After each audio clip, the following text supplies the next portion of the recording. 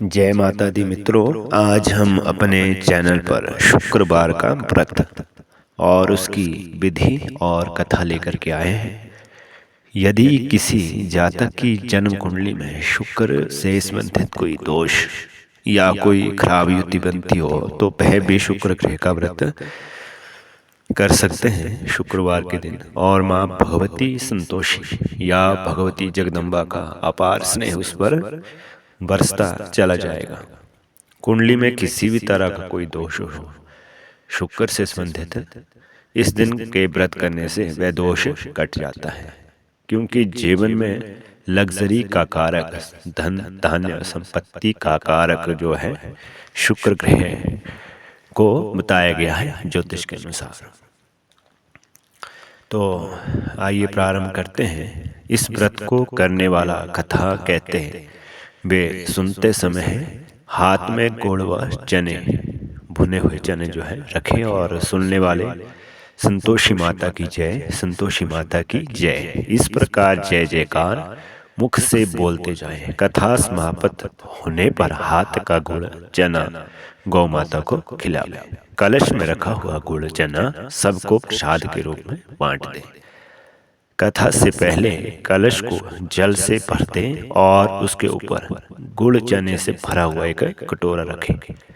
कथा समाप्त होने और आरती होने के बाद कलश के जल को घर में सभी जगह पर छिड़कें और बचा हुआ जल तुलसी की क्यारी में डाल दें।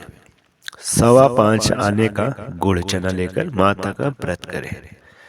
अर्थात यहाँ जो 5:15 आने का गुड़ लिखा हुआ है, ये पुराने समय में जब ये इन पैसे की जो इतनी लाखों के बराबर वैल्यू थी, आजकल जो है आधा केजी या केजी ही लाना पड़ेगा। तो गुड़ और चना लेकर के माता का व्रत करें। घर में हो गुड़ चना तो तब भी ठीक है, विचार ना करें, क्योंकि माता भावना की भूखी है।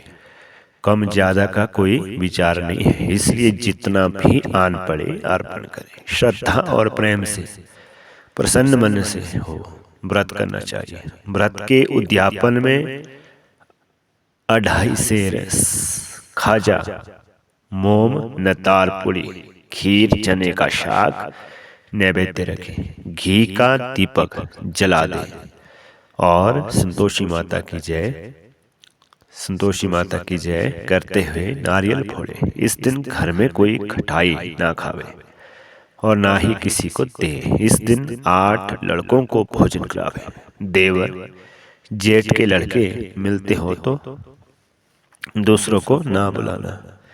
कुटुंब में ना मिले तो ब्राह्मणों के, रिश्तेदारों के या पड़ोसियों के लड़के बुलाए। उन्हें भी खट्टे से युक्त कोई भी वस्तु ना दे और भोजन कराकर यथाशक्ति दक्षिणा देवे। कोई वस्तु दक्षिणा में दे सकते हैं। व्रत करने वाला कथा सुन प्रसाद ले, एक समय भोजन करे। इस तरह से माता प्रसन्न होती है और जीवन में दुख और दरिद्र हमेशा के लिए दूर होते हैं और जीवन में सब प्रकार के वैभव, यश और कीर्ति की प्राप्ति होती है। अब हम कथा प्रारंभ करते हैं। ये कथा जो है 2 भागों में विभक्त है। हो सकता है कि हम इसी वीडियो को, पूरी कथा को एक में ही डालें। यदि ज़्यादा बड़ी हो तो 2 में बना देंगे, देखते हैं। तो आरंभ करते हैं। एक बुढ़िया थी, उसके 7 पुत्र थे। 6 कमाने वाले, 1 निकम्मा। बुढ़िया माँ 6 पुत्रों को रसोई बनाती, भोजन कराती और जो बचता सो सातवें को दे जाती थी। परंतु वह बड़ा भोला था, मन में कुछ विचार न करता था। एक दिन अपनी बहू से बोला, देखो मेरी माता का मुझ पर कितना प्यार है। वह बोली, क्यों नहीं, सबका जूठा बचा हुआ तुमको खिलाती है। वह बोला, ऐसा भी कहीं हो सकता है? मैं जब तक अपनी आंखों से न देखूं मान नहीं सकता। बहू ने कहा, देख लोगे तब तो मानोगे ना। कुछ दिन बाद एक बहुत बड़ा पर्व आया। घर में 7 प्रकार के भोजन और चूरमा के लड्डू बनाए गए। वह जांचने को सिर दर्द का बहाना कर पतला कपड़ा सिर पर ओढ़कर रसोई में ही सो गया और कपड़े में से सब कुछ देखता रहा। 6 भाई भोजन करने आए। उसने देखा माँ ने उसके लिए सुंदर सुंदर आसन बिछाए और 7 प्रकार की रसोई परोसी। उन सब के लिए वह आग्रह करके उन्हें जिमाती है। वह देखता रहा। 6 भाई भोजन करके उठे, तब जूठी थालियों में ले लड्डुओं के टुकड़े उठाकर एक लड्डू बनाया। जूठन साफ कर माँ ने उसे पुकारा, उठ बेटा, 6 भाई भोजन करके अब तू भी बाकी है, उठना, कब खाएगा। वह कहने लगा, माँ मुझे भोजन नहीं करना, मैं परदेश जा रहा हूँ। माता ने कहा, कल जाता हो तो आज ही चला जा। वह बोला, हाँ हाँ आज ही जा रहा हूँ। यह कहकर वह घर से निकल गया। चलते समय बहू की याद आई। वह गौशाला में कंडे थाप रही थी। जाकर बोला, जाओ पिए, आनंद से हमरो सोच हटावे। राम भरोसे हम रहे, ईश्वर तुम्हें सहाय। देवो निशानी आपनी, देख धरु मन धीर। सुधी हमरी ना बिसारियो, रखियो मन गंभीर। वह बोला, मेरे पास तो कुछ नहीं, यह अगुंठी है, सो ले जाओ और अपने कुछ निशानी मुझे भी दो। वह बोली, मेरे पास क्या है, यह गोबर भरा हाथ। यह कह उसकी पीठ में गाय के गोबर के हाथ की थाप मार दी। वह चल दी। चलते चलते दूर देश में पहुंचा। वहां एक साहूकार की दुकान थी। वहां जाकर कहने लगा, भाई मुझे नौकरी पर रख लो। साहूकार को जरूरत थी। बोला, रह जा। लड़के ने पूछा, दाम क्या दोगे। साहूकार ने कहा, काम देकर दाम मिलेगा। कि जैसा मैं काम देखूंगा कि भी तुम ईमानदार हो और काम में लगे रहते हो, तो उस तरह से ही तुम्हें दाम मिलेगा। साहूकार की यहाँ वह नौकरी करने लगा और वह सवेरे 7 बजे से रात तक नौकरी करता रहा। कुछ दिनों में साहूकार का सारा लेन देन कर हिसाब, ग्राहकों को माल बेचना, सारा काम करने लगा। साहूकार के 7-8 नौकर थे। सब चक्कर खाने लगे कि यह तो बहुत होशियार बन गया। सेठ ने भी काम देखकर 3 महीने में ही उसे आधे मुनाफे का साझीदार बना दिया और 12 वर्ष में नामी सेठ बन गया और मालिक सारा कारोबार उसके ऊपर छोड़कर बाहर चला गया। अब बहू पर क्या बीती सुनो। सास ससुर उसे दुख देने लगे। सारी गृहस्थी का काम कराकर उसे लकड़ी लेने जंगल भेजते थे और घर की रोटी से जो भूसी निकलती थी उसकी रोटी बनाकर रख दी जाती थी और फूटे नारियल की नरेली में पानी। इस तरह दिन बीतते रहे। एक दिन वह लकड़ी लेने जा रही थी कि रास्ते में बहुत सी स्त्रियां संतोषी माता का व्रत करती हुई उसे दिखाई दी। वह वहां खड़ी हो कथा सुनी और बोली, बहनों तुम किस देवी का व्रत करती हो और इसके करने से क्या फल मिलता है, इस व्रत को करने से क्या प्राप्त होता है और इसकी विधि क्या है। यदि तुम अपने इस व्रत का विधान मुझे समझाकर कहोगी तो मैं बहुत बड़ा एहसान मानूंगी। तब उनमें से एक स्त्री बोलती है कि सुनो, यह संतोषी माता का व्रत है। इसके करने से निर्धनता, दरिद्रता का नाश होता है और माता श्री लक्ष्मी का आगमन जीवन में साक्षात रूप में हो जाता है। मन की चिंताएं दूर होती है। घर में होने से मन को सुख, प्रसन्नता और शांति मिलती है। व्रत के दिन घर में खटाई कोई न खावे। यह सुनकर बहू चल दी। रास्ते में लकड़ी के बोझ को बेच दिया और उन पैसों से गुड़ चना लेकर के माता के व्रत की तैयारी करने लगी और सामने मंदिर देख पूछने लगी कि यह मंदिर किसका है। सब बच्चे कहने लगे, संतोषी माता का मंदिर है। यह सुना माता के मंदिर में जा माता के चरणों में लौटने लगी, दीन की विनती करने लगी और कह रही थी कि मैं मूर्ख हूँ, व्रत के नियम कुछ नहीं जानती, मैं बहुत दुखी हूँ। हे माता जगत जननी, मेरा दुख दूर कर, मेरी सब सहायता करो और जीवन को सब ओर से जो है सुखी बनाओ। मैं तेरी शरण में हूँ। माता को दया आई और एक शुक्रवार बीता कि दूसरे शुक्रवार को ही इसके पति का पत्र आया और तीसरे को उसका भेजा पैसा भी आ पहुंचा। यह देख जेठानी मुंह सिकोड़ने लगी, इतने दिनों में इतना पैसा आया कि इसमें क्या बड़ाई। लड़के ताने देने लगे, काकी के पास अब पत्र आने लगे, रुपया आने लगा। अब तो काकी की खातिर बढ़ी, अब तो काकी बुलाने से भी नहीं बोलेगी। बेचारी सरलता से कहती, भैया पत्र आवे, रुपया आवे तो हम सबके लिए अच्छा है ना। ऐसा कहकर आंखों में आंसू भरकर संतोषी माता के मंदिर में आ मातेश्वरी के चरणों में गिरकर रोने लगी। माँ, तुमसे पैसा नहीं मांगा, मुझे पैसे से क्या काम है, मुझे तो अपने सुहाग से काम है। मैं तो अपने स्वामी के दर्शन और सेवा मांगती हूँ। तब माता ने प्रसन्न होकर कहा, जा बेटी, तेरा स्वामी आएगा। यह सुनकर खुशी से बावली हो घर जाकर काम करने लगी। अब संतोषी माँ विचार करने लगी, इस भोली को मैंने कह तो दिया कि तेरा पति आएगा, पर आएगा कहाँ से। वह तो इसे स्वप्न में भी याद नहीं करता है, उसे याद दिलाने के लिए मुझे जाना पड़ेगा। इस तरह माता बुढ़िया के बेटे के पास जा स्वप्न में प्रकट हो कहने लगी, साहूकार के बेटे, सोता है या जागता है। वह बोला, माता सोता भी नहीं हूँ और जागता भी नहीं हूँ, बीच में ही हूँ, कहो क्या आ गया है। माँ कहने लगी, तेरा घर बार कुछ है यह नहीं। वह बोला, मेरा सब कुछ है, माँ बाप भाई बहन और बहू, क्या कमी है। माँ बोली, भोले तेरी स्त्री घोर कष्ट उठा रही है, माँ बाप उसे दुख दे रहे हैं, वह तेरे लिए सब कुछ करती है, तो भी उसकी सुधरे। वह बोला, माता यह तो मुझे मालूम है, परंतु जाऊं कैसे। परदेश की बात है, लेन देन का कोई हिसाब नहीं, जाने का कोई रास्ता नजर नहीं आता, कैसे चले जाऊं। माँ कहने लगी, मेरी बात मान, सवेरे नहा धोकर माता के नाम ले और घी का दीपक जला, दंडवत कर दुकान पर जा बैठा। देखते देखते तेरा लेन देन सब कुछ चुका और माल बिक चुका होगा। सांझ होते होते धन का ढेर लग जाएगा।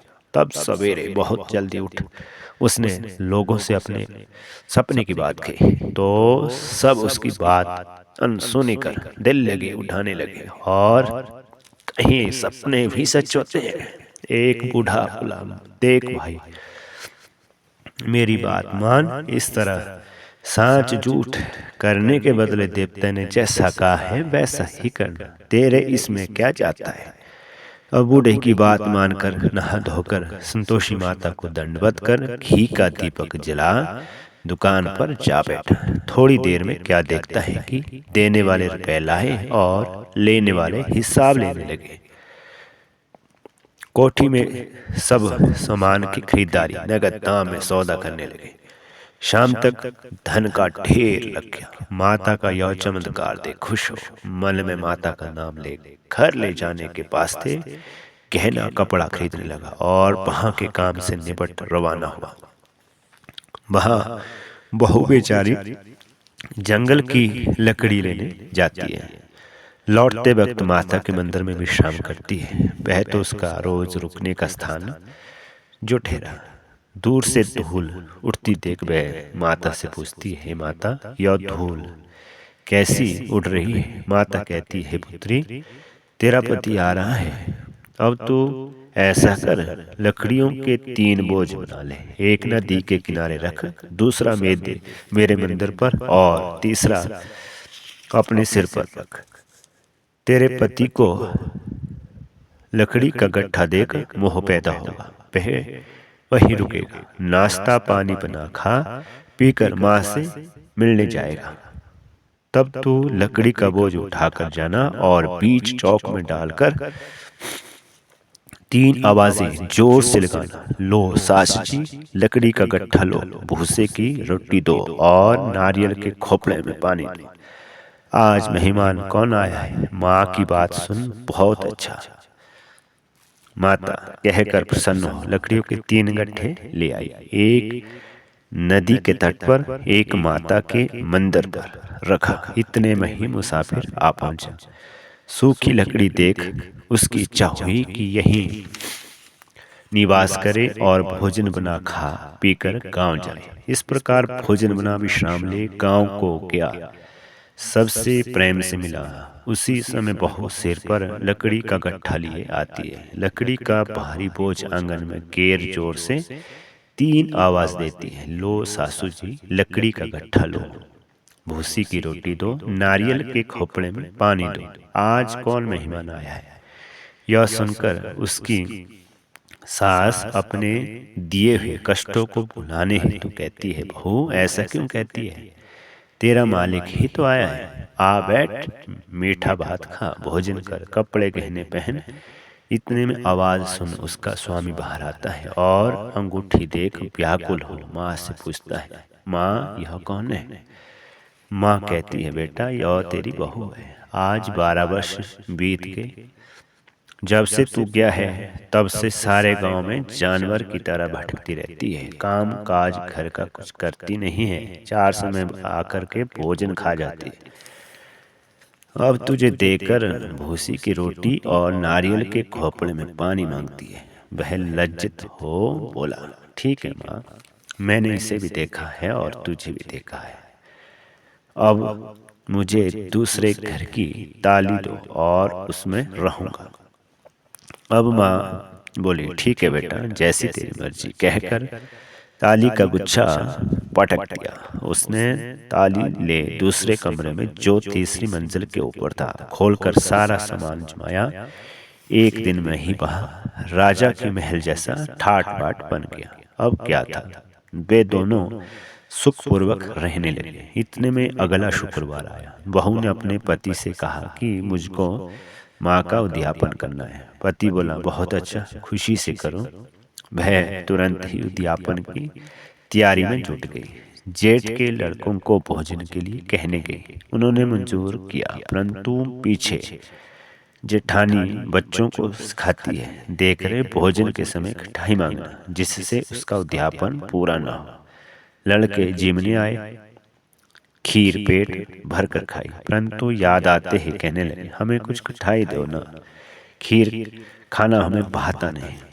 देखकर अरुचि होती है। बहू कहने लगी, खटाई किसी को नहीं दी जाएगी, यह तो संतोषी माता का प्रसाद है। लड़के उठ खड़े हुए, बोले, पैसे लाओ। भोली बहू कुछ जानती नहीं थी, सो उन्हें पैसे दे दे। लड़के उस समय उठकर इमली लाकर खाने लगे। यह देखकर बहू पर माता ने कोप किया। राजा के दूत उसके पति को पकड़कर ले गए।